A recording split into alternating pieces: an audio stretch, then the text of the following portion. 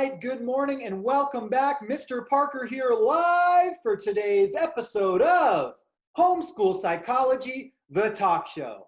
And we have a fantastic show today. We have musical guest Brent Loveday and the Dirty Dollars playing us some tunes live from their RV. And we have Super Bowl champion Denver Bronco Ryan Harris on the show today to talk with us a little bit about risk-taking. And so our topic today, like I said, is risk-taking. What does that mean, taking a risk? Sounds a little risky, but let's talk about it. You can take positive risks. Personally, I've taken a couple risks in my life.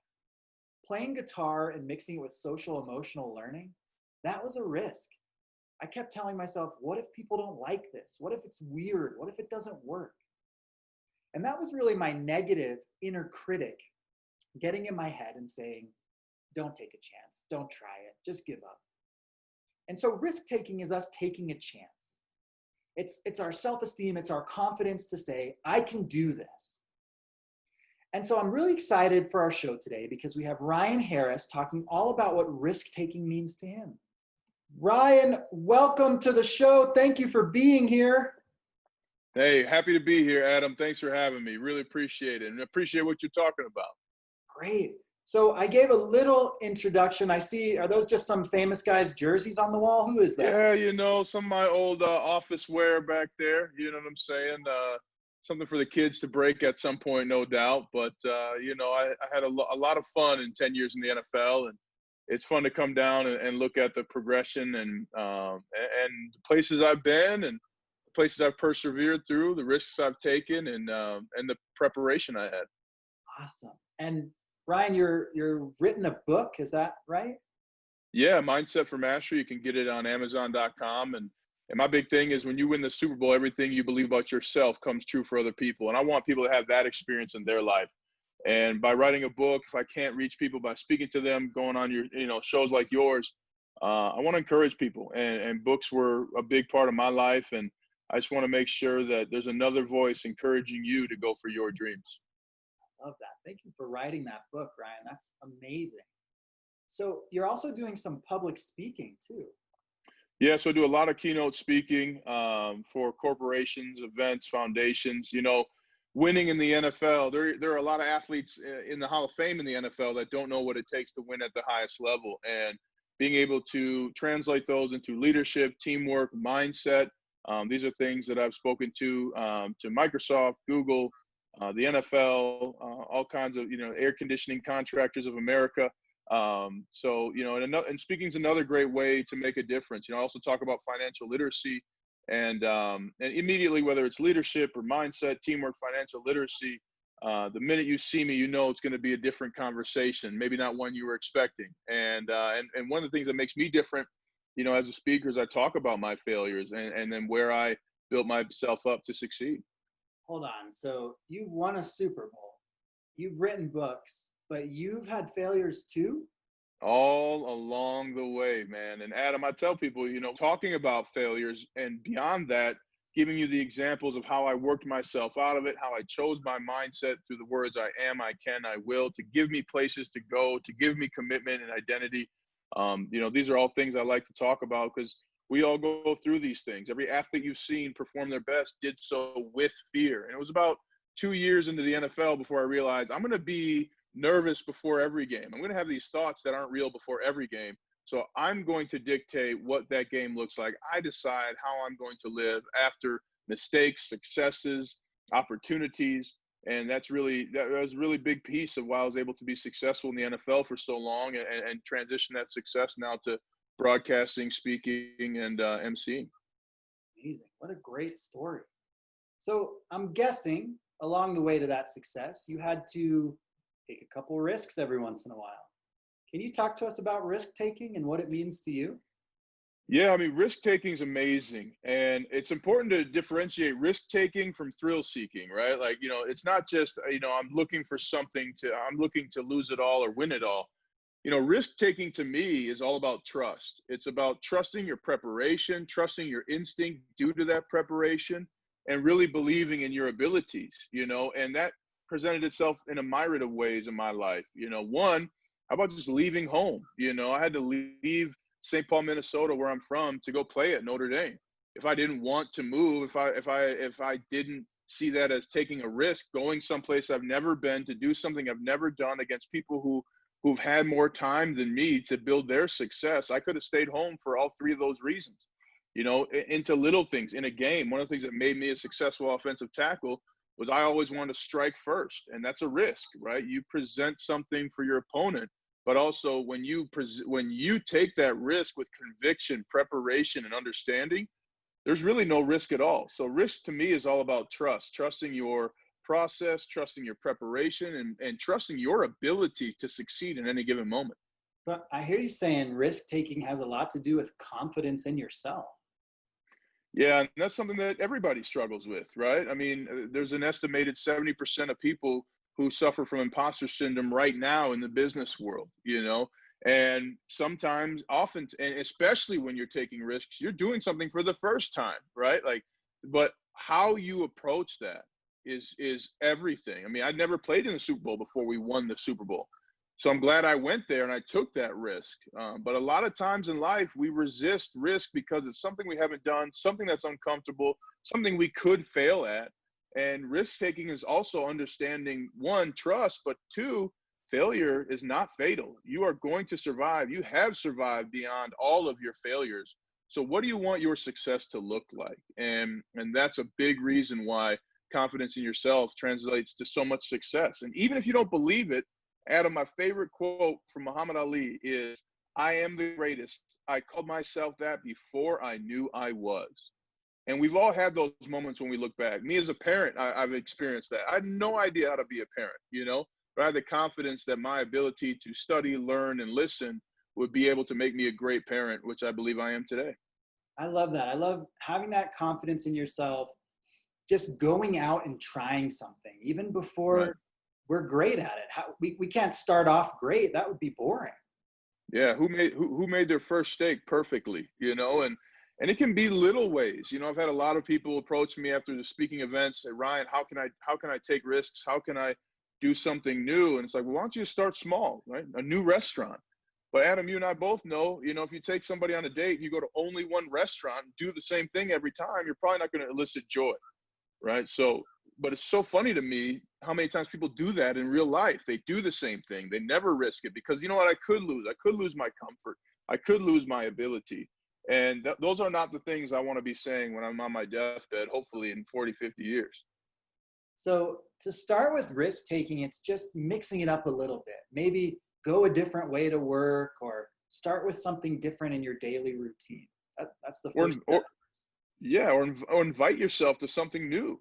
If you have a friend who's going mountain biking or doing yoga, do it. A big part of my success in the NFL was yoga. I've been doing it for 17 years. But my first time doing yoga, I wanted to leave the room. And if it wasn't for my trainer behind me pushing me back into the room that was so hot, smelled so bad, and I was the only Black person in there, I wouldn't have done it. And overcoming these moments where we want to run is how we grow, how we become who we want, and how we step into the destiny we're capable of achieving. Great. So when you're nervous, when you're afraid, take that extra risk, take that extra step, push yourself a little bit farther. Take a breath too, in through the nose, out through the mouth. That resets your automatic nervous system. It grounds you. And if everybody knew how much professional athletes worked on breathing, they would be shocked. I mean, I'd say it's a major focus, if not the top three things for every athlete in every situation. Before the first play in the Super Bowl, Peyton Manning in the huddle said, "Hey guys, listen, breathe, breathe." And about 10 other guys, you could just audibly hear the, like everybody had forgotten to breathe. You're in the biggest game. Lady Gaga just sang the national anthem. The Blue Angels are overhead. It's the Super Bowl, man. Breathe, breathe. And so often when we get worked up or we get into a tense situation, we forget to breathe. And that's such a vital part of performance. And then, like you said, at that point, what choice do you have? I still remember about the third play in the NFL and the Super Bowl. I was thinking, you know what? This guy might go inside, I make an inside move, but I'm just going to fire out and hit him outside. Like that's where he's going to be. I know my target. I believe he'll be there. I believe in my footwork, and wham, what other choice do you have when you're in those moments but to take the risk? And that risk again is you trusting your preparation and your belief in yourself. Perfect. So Ryan, I'm sure some of our viewers would think, okay, what if you went at him and he did go inside and you missed that block? Like what happens when we take the risk and it doesn't go perfectly? Because I don't imagine it always will. You get up, right? I mean, you're going to get knocked down. You're going to have bad plays in life and in football. Get up and address it. I think one of the big things I had to work on even early on in my career, embarrassment. And one of the great ways to handle embarrassment is to recognize it. It's like that Progressive commercial, right? She says, she calls her a taxidermy, right? She says, I read that wrong. Oh yeah. We love that because she recognized the mistake, continued to crush it. And we remember that commercial probably more than any other commercial that's out there. So okay, hey, he got me there. What can I do? I can go back to my technique. I can breathe. I can understand that past failure does not mean future failure. Past failure means future success in every story, right? And it's just a matter of getting to that future success, reframing that moment and believing in your ability to go beyond the failure. Love it. So take that breath, do a little bit of self-talk and tell yourself, I got this. Maybe you don't, but tell yourself that and then try it. And if it doesn't work, try it again. Yeah. I mean, one play, I was playing against Terrell Suggs, and I put my hands out to punch him, and he knocked him down. And he knocked him down so hard, my chin hit his shoulder pad. It's like it's like there's physical pain to that mistake. And I said, hey, man, don't be hitting my hands. He says, don't put them out there. Okay. Well, hey, I'm not going to put them out there again like that, So it's a great way. Failure is going to happen. And understanding that that's a part of your success can really propel you in those moments and find out what you can do. Hey, don't worry about what happened. What can you do? Hey, I failed the class. Okay, can you get a tutor? Can you retake the class? Can you change majors, right? I mean, I failed in this play. I can go back to my technique. I can understand that that's one play, not an entire game. I can leave that where it is, and I can focus on what I'm going to do next. Okay, we got the new play. What are my techniques? I can focus on this play right now. And so using the words I can really can get you unstuck in moments that you find yourself sitting there waiting and not being productive. Great. Ryan, on this show before, we've talked a little about big and little problems. And it sounds like looking at most problems as little ones is really helpful here. Like, okay, he hit my hands down, I hit my chin. Little problem, gonna fix it and change it, rather than huge problem, Terrell Suggs hurt me, I give up. Yeah, I mean, and little problems can become big problems if you don't address them, right? And the attention to detail is everything. If you're having a meeting, do the PowerPoint early. If you're having a discussion with a teacher, or working in a group, have those conversations. And in that way, you can continue to move on. And like you said, just keep going. You can't chop down a tree with one swipe of an axe, and that's similar to life. Find new ways. One of the things I had to do my 9th year in the NFL, in between summer practices and the season, Peyton Manning runs plays, boom, boom, boom, boom, boom, Omaha Blue Go. I was out of breath. And instead of saying, oh my God, I'm out of breath, I can't play. I said, okay, who does work on breath work? Well, okay, I'm going to go to an MMA trainer. And he taught me breathe in for 5, swallow the breath, out for 8. And all of a sudden, after one big breath, I'd be ready to go again. Great. So when you're feeling discouraged or just like you can't do something, it's okay to ask for help and seek others who can help you with that. Absolutely. Everyone, I mean, I'm only here as a Super Bowl champion because I had coaches who gave their time, mentors. I actively sought out mentors. And I wasn't fearful of asking questions. I want to know things. I'm curious. I want to know why we're doing it. Why is that in the game plan? And asking for help is an absolute necessity for success. I mean, Tom Brady and Bill Belichick in the NFL from the Patriots, both of them would tell you each of them played a role in their success. Your success depends on 1, your knowledge, 2, your belief, and 3, the people you're around. I love that. Your knowledge, your beliefs, and the people you're around help you succeed. That's awesome. Well, and it's a big thing too. I tell people not everyone's worth your time. I mean, before we went to the Super Bowl, I had people reach out to me. I hadn't spoken to one person I hadn't spoken to for 5 years, right? And they said, "Hey, can we get 3 tickets to the Super Bowl? And also, can you come by my kids' kindergarten class to get them excited for the Super Bowl?" No, I can't. That's not who I'm not going to surround myself with people who are not going to help me be successful in my goal at this time. Now, after the season, be happy to come by, So surrounding yourself with the right people is very tough to do. And one of the things I love that Mike Tomlin at the Pittsburgh Steelers told me, he said, if you want to be successful, get used to being lonely. And that's not because people won't like you. It's because your process and your willingness to do whatever it takes to win, to achieve, will scare the crap out of a lot of people. A lot of people want to be comfortable. And when you threaten someone's comfort, when your success they perceive makes them look bad, they'll treat you different ways. I've lost a lot of friends over the years because they weren't productive in my life because I was giving too much of a friendship than they were offering. And that's not my fault. So no, not everyone is worth your time. You have no time for losers. And that's not people who need our help or charity or efforts. It's people who do not want to see you succeed. And for me in my life and my career, sometimes that was family. I had to tell family, you're not coming in on a Friday. That's my Wednesday in the NFL, right? You can come in Saturday right before I go to the hotel. Hey, good to see you. I'll see you after the game. My job's not to be a good son, a good husband, a good father, right, the night before a football game. There's going to be the rest of my life for that, the next day for that. But right now, where I'm at, what I want to achieve, you're not a part of that plan. And it can be very hard to get to that place. And also you need to, because you don't do other people's jobs and they don't do yours. And when someone's a distraction in your life from your goals, you got to kick them out. Great. So recognize the things and the people who make you successful. Absolutely. And it's okay to step out of your comfort zone. And that even means with friendships sometimes. Yeah. And listen, you can even be honest. Say, hey, I really need to focus on this test. I really need to focus on, my practice. Blame it on your process. Hey, I really need more time to study for my algebra test. I really need more time to prepare this PowerPoint, prepare X, Y, Z. But never give away your time when your time could be better spent being successful. I mean, there's a reason why Tom Brady, Drew Brees, they're not doing commercials right now. It's the season. And so often what I see leaving football is that people will allow everyone into their season thinking that they owe them something. Your success owes no one. Your success it will no doubt be a part of the team you've built around yourself, the people, the coaches, the mentors. But in no way, if someone's going to withdraw energy from you or distract you from your goal, in no way are they important at that time. Brian, thank you so much for being here and your extremely wise words for all of our viewers.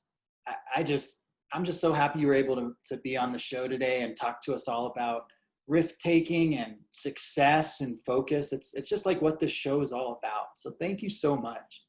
Well, thank you for having a show like this to talk about risk taking. And Adam, I took a risk when I asked my wife my now wife at the time for her phone number and if I could take her out to dinner. And I'm certainly glad I did. I think our kids are too. Risk taking is how you succeed. And again, it has everything to do with your preparation and belief in yourself. So thanks for reaching out, Adam. Great to spend time with you. And thank you to all your viewers. Of course. Thank you, Ryan. Have a good one. Wow. Ryan Harris talking to us all about taking a risk. That guy took a risk, played in the NFL for 10 years, won a Super Bowl, and it's just amazing. It's amazing what a little bit of confidence and telling yourself that you can do it, where it can take you. That was so great. I'm so glad Ryan could join us. All right, so it's time for our next segment, and it is Weatherman Teddy and his intern, Pocky. Let's hear the weather. It's hot, but not too hot. Right, Pocky? Right. Great. Thanks, guys. Very different forecast styles. Anyway, let's move on to the kids section. Today, you want to talk about risk taking. We have Paxton taking a risk and cleaning up his toys and showing us how to put cars away. Paxton, what do you got? Go.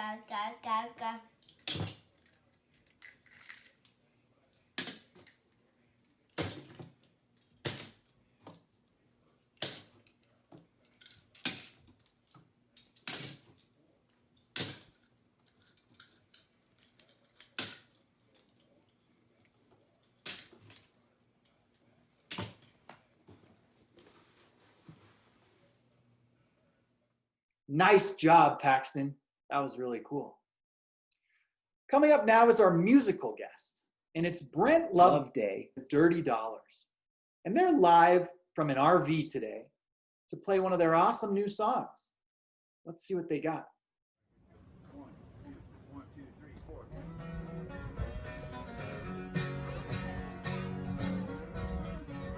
Driving us? Oh gosh.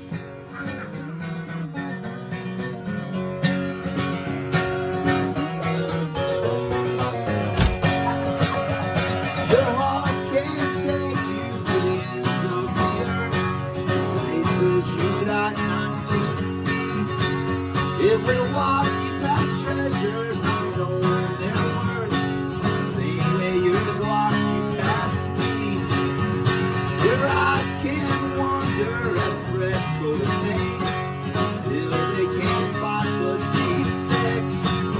And when they meet another's, they foolishly think it's someone's soul they regret.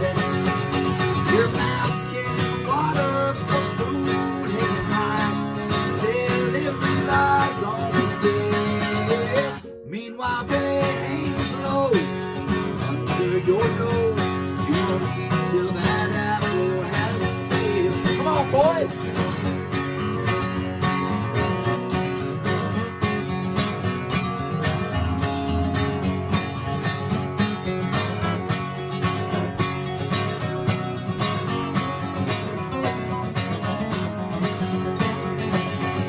Your heart can't take you to the ends of the earth, places you'd ought not to see. Walk you past treasures, not knowing their worth, same way yours walks you past me. Your eyes can wander at a fresh coat of paint, still can't spot the defects. And when they meet another's, they'll foolishly think that it's someone's soul they regret. The mouth can water or fruit hanging high, still it relies on the gale. Meanwhile, but it hangs low right under your nose. You won't eat till that apple has failed. You won't eat till that apple has failed. You won't eat that apple has failed. Dad, let's try one more because Dad, that there are no drums. This would work. Hey guys, this is Brent Loveday of Brent Loveday and the Dirty Dollars and the punk rock band Reno Divorce, and I'm here with my friend Adam Stern, What's up, everyone? This is Adam. and we want to talk to you guys about risk taking. But we're talking about taking the good kind of risk, not the risky kind of risk. What does risk taking mean to you, Adam? You don't have to say for everyone that's successful, someone in their life said, no, you're not good enough. No, you can't do it. No, you're not smart enough. So I think, for people, they sometimes they maybe get discouraged, intimidated, but they took that risk because they believed in themselves. I know what you're talking about, Adam. That's happened to me a lot. I've heard it a lot of no's during my music career, and that didn't stop me. And even sometimes we talk to ourselves, maybe in a bad way, we tell ourselves we can't do things. And we have to take some risk, and we have to do some things that make us feel a little bit uncomfortable. And once we realize that, hey, that didn't hurt too bad, makes us want to take some more healthy kind of risk. Like maybe playing a G9 chord. I can't do it, but Adam can. There you go. See, I might take a risk and play this G chord. Or this one. Ooh, that's a pretty one. Tell me what this one is. G dominant 7. G dominant 7. Now see, imagine if I never took that risk, never played that G dominant 7. Everything I did would sound like this. It'd be alright for a little while, but it'd get boring until we did this. Or this. Ooh, he's just showing off now. But hey guys, you remember, risk taking, the good kind of risk, isn't always bad. It's good to feel a little uncomfortable sometimes, try new things, new foods, meet new people, new situations. and you might find out that you really like it. Thanks, I'm Brent Loveday. This is Adam. Take care. Great tune and great words. Thanks so much for talking about risk taking. Well, that's our show. We talked all about taking a risk, how it can be so positive to step out of your comfort zone. Surround yourself with positive people. Tell yourself you can do it, even if maybe you can't yet, but give it a try. Because when we step out of our comfort zone, we can make amazing things happen. When Ryan Harris stepped out of his comfort zone, he was able to win a Super Bowl. When I stepped out of my comfort zone, I was able to create a show like this. When Brent stepped out of his, he was able to travel the world playing his music.